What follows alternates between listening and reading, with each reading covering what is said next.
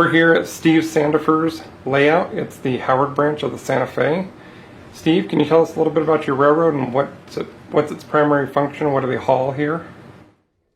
My room is fairly small as layouts go, and I wanted to model something that looked in place for a room this size. So I'm modeling the Santa Fe, Emporia, Kansas, and the Howard branch.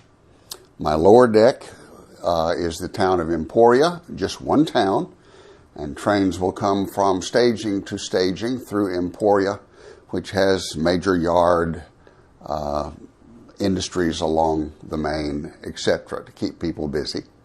The upper deck is parts of the Howard branch, including Eureka, Kansas, Climax, Kansas, and Moline, Kansas. And Moline is also on the South Kansas branch of the Santa Fe. So I have 7 staging tracks that feed the town of Moline.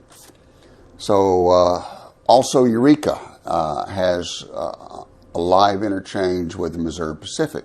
So there's a staging track that does that. This is a operations-oriented layout. It is a switching layout. There are no long runs on this layout except maybe 50 feet getting through Emporia. But it keeps people very busy with operations, and that's what I enjoy. I'm modeling 1952 Santa Fe. I'm a prototype modeler, so I don't want any cars or locomotives on this track that wouldn't have been in operation in 1952 or 53. I fudged to get the Jeep 7s in there.